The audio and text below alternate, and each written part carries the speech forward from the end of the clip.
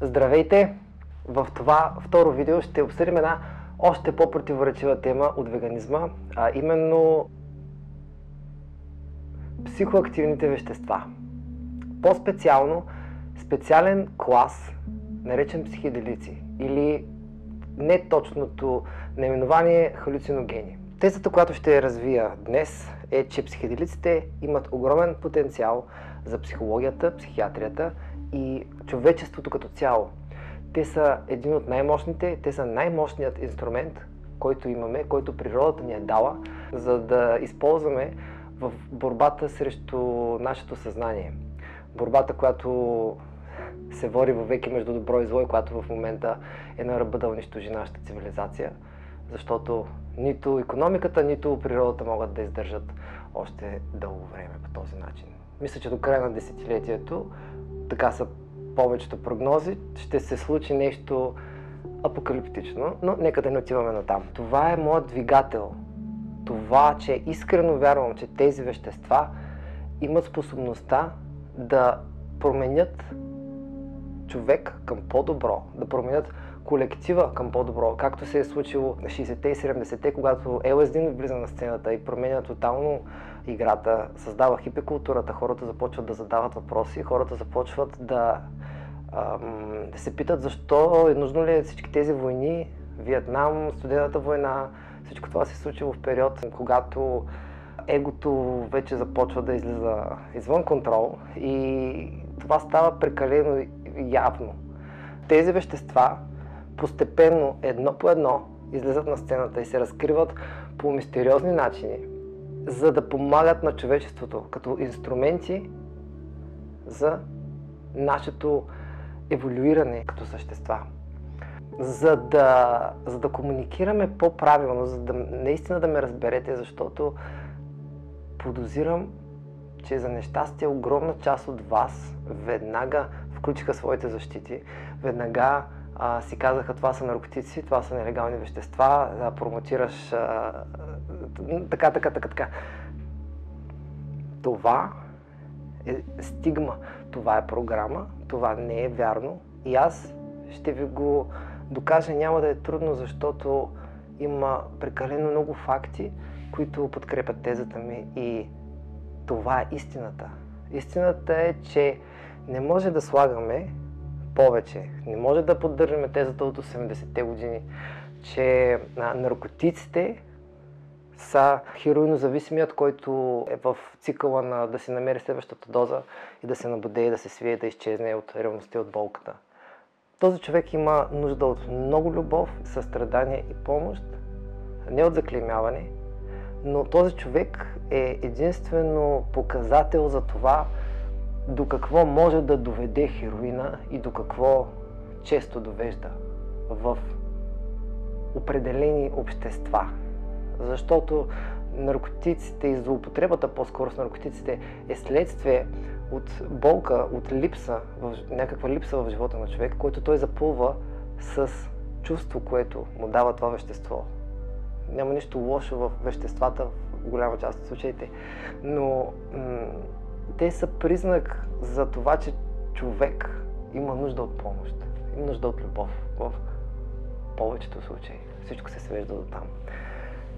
За жалост, живеем в наистина болно общество, в което все повече от нас имат всякакви травми, все повече хора имат детски травми, все повече хора биват програмирани от медии, от правителства, от все по-затягащи хватката огромни, зли, глобални сили, които, както казах, вече се опитват да завземат съзнанието ни. Но нека да не става толкова конспиративно това видео, искам да е стриктно образователно, искам наистина да ви предам това мое искрено съобщение, тази моя истинска мисия.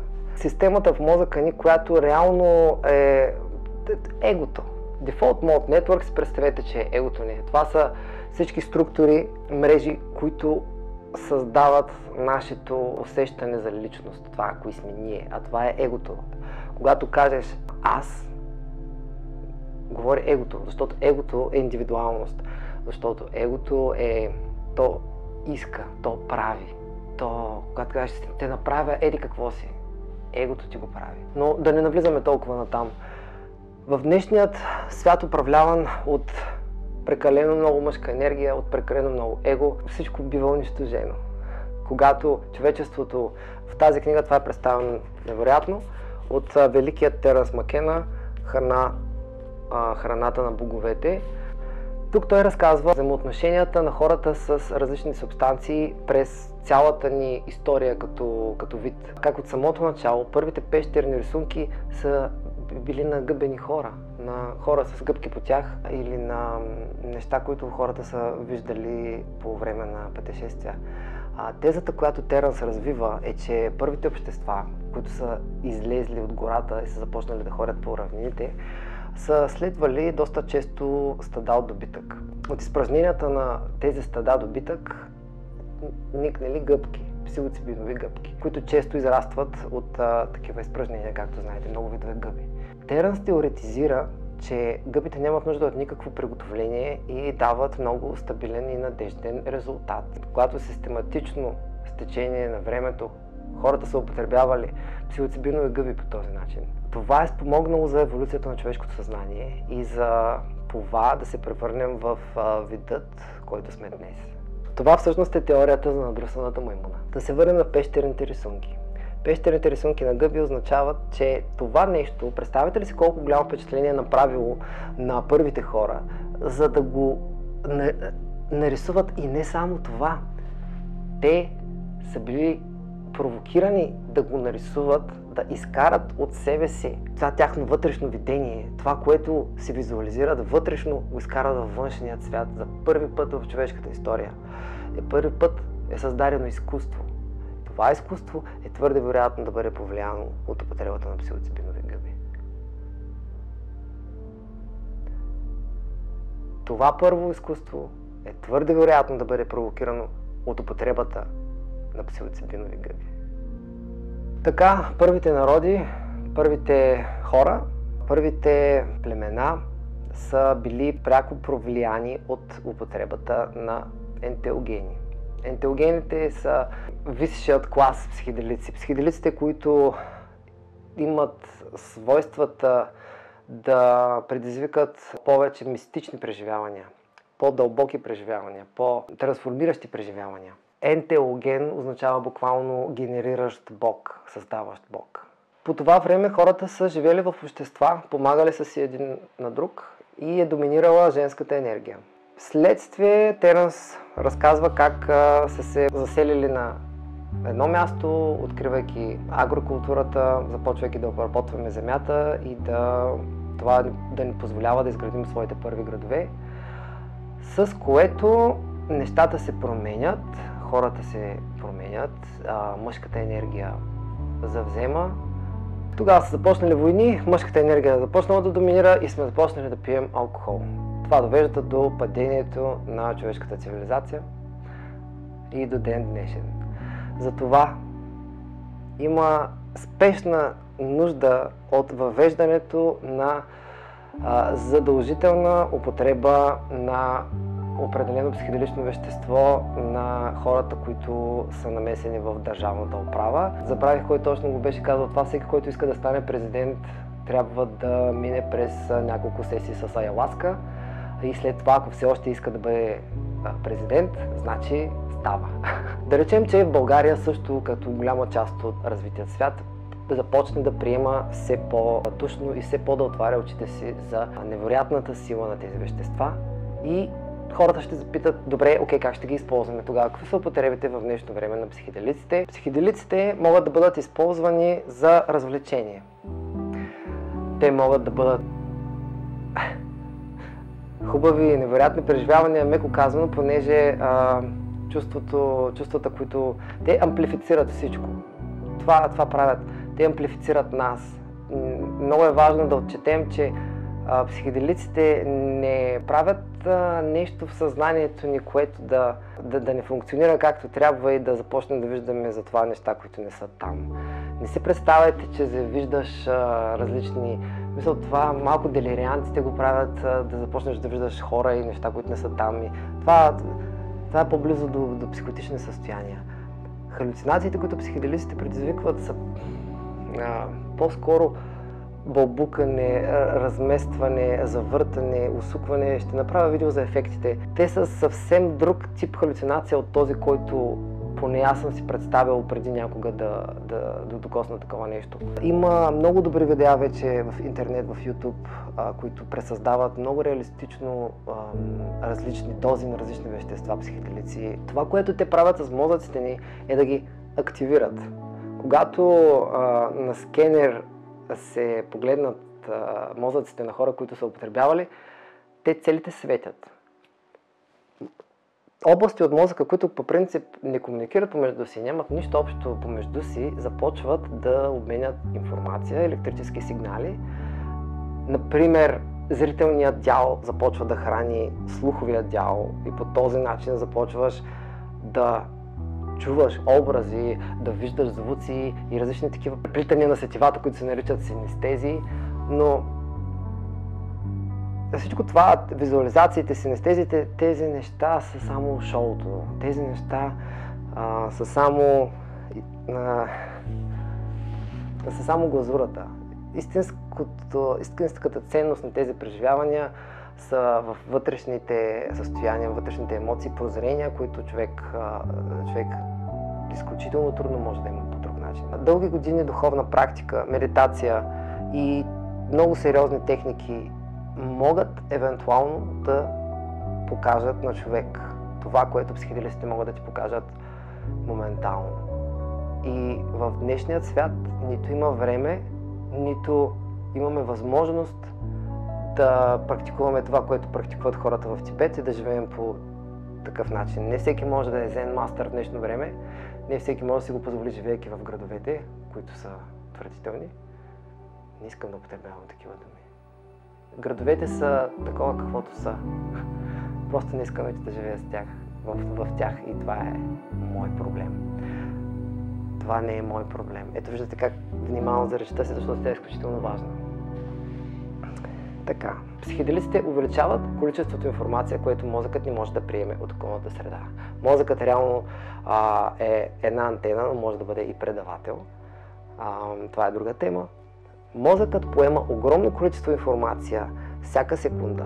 Огромно количество. Неговата основна задача е да филтрира тази информация и да пресее само най-важното, това, което има пряко отношение за оцеляването ни и за това, което ние желаем.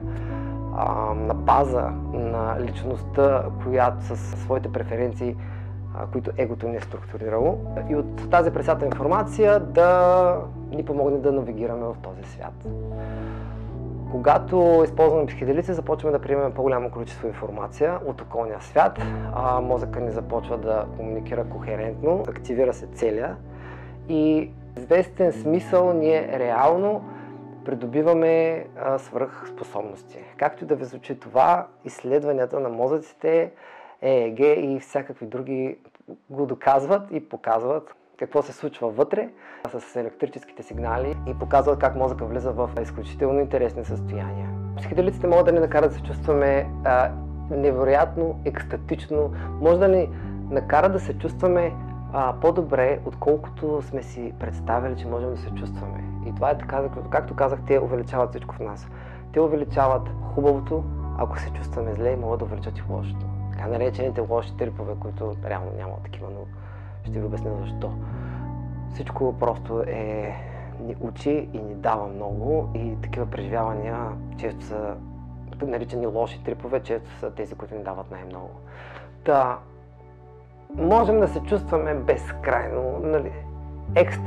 Екстази е ентактоген с психоделични свойства.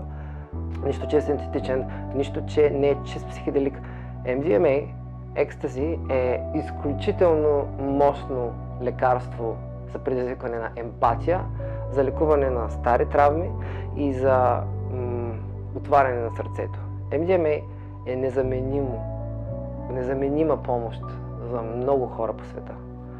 Дори само една сесия отваря периоди в мозъка, свързани с взаимоотношенията ни с хората, които са отворени само когато сме деца. След това се затварят към някоя година, забравих 7 или коя година, този прозорец се затваря, никога повече не се отваря, освен при приема на MDMA. за 2 седмици след приема сте отворен. Само една сесия или 2 с MDMA тотално са премахвали симптомите на депресия от хората. Тотално са премахвали посттравматичен стрес синдром от ветерани във войната. Други употреби на психоделиците. Изследователска, така наречените психонавти, които практикуват психонавтика. Това са хора, измежду които се числя и аз. Това са хора, които ние обичаме Аз обичам да изследвам дълбините на съзнанието си. Обичам да изследвам реалността и своят собствен вътрешен свят и психиката си по този начин. Обичам да изследвам как различните инструменти отварят различни портали в съзнанието ми, които по един или друг начин ми показват и ме учат на истината. На любов, на това да бъда по-добър, на това да изчистя това, което не ми е нужно и да приема само висши вибрации и висши емоции и висши чувства и да давам само хубаво на света и да помагам. Други употреби са религиозни или духовни. Има църкви и организации, които са основно основани върху употребата на даден ентеоген. От хилядолетия шамани и жреци използват такива вещества в много духовни практики и церемонии. Друга употреба на психоделиците може да бъде терапевтична. Както казах, има множество клиники за кетаминова терапия, има клиники за терапия с псилоцибин и все повече хора се подлагат на такива терапии изключително успешно. Друга употреба е за креативност и изкуство. Много хора, така наречените визионерни артисти, под влиянието на психоделици рисуват виденията си, рисуват това, което преживяват и творбите са невероятни. Препоръчвам Алекс Грей, Алисън Грей, да видите творбите им. Така че много музиканти, много изобретатели, Стив Джобс признава, че е създал Mac след употреба на LSD. Толкова много музиканти, историята е пълна с примери, в които Beatles са тотално преобразени от LSD. Така че помага за изкуството и креативността. Решаване на проблеми и иновация, така нареченото микродозиране на психоделици, използването на много малка доза събперцептивна, такава, която не ни предизвиква психоактивни ефекти. Тя всъщност действа подсъзнателно, както се прави и храната и всякакви неща, с които се взаимодействаме в ежедневието. И спомага за това да сме в по-добро настроение, да сме по-креативни и да виждаме нещата по малко по-различен ъгъл в ежедневието. Микродозирането набира все по-голяма популярност. Най-различни вещества могат да бъдат микродозирани. И друга употреба, която се сещам за психоделиците в момента, е секс. Чисто и просто, след употреба на дадени вещества не мога да опиша преживяването по време на секс. Различно ниво е. Просто не искам дори да се опитвам. Тогава нещата се превръщат в една космическа връзка, в един обмен на енергия, който сексът винаги е. Просто в ежедневието, в нормалния живот ние го възприемаме доста ограничено, както всички останали неща. Това бяха основните начини, по които можем да употребяваме психоделици, ако утре правителството каже: хей, всичко е разрешено, ето ви. Аз съм казал, че бих се радвал, ако пръскат със самолет с LSD отгоре. Ще има известна суматоха, но след като всичко приключи, мисля, че доста хора си кажат: ами, то може би по друг начин. Благодаря ви, намасте.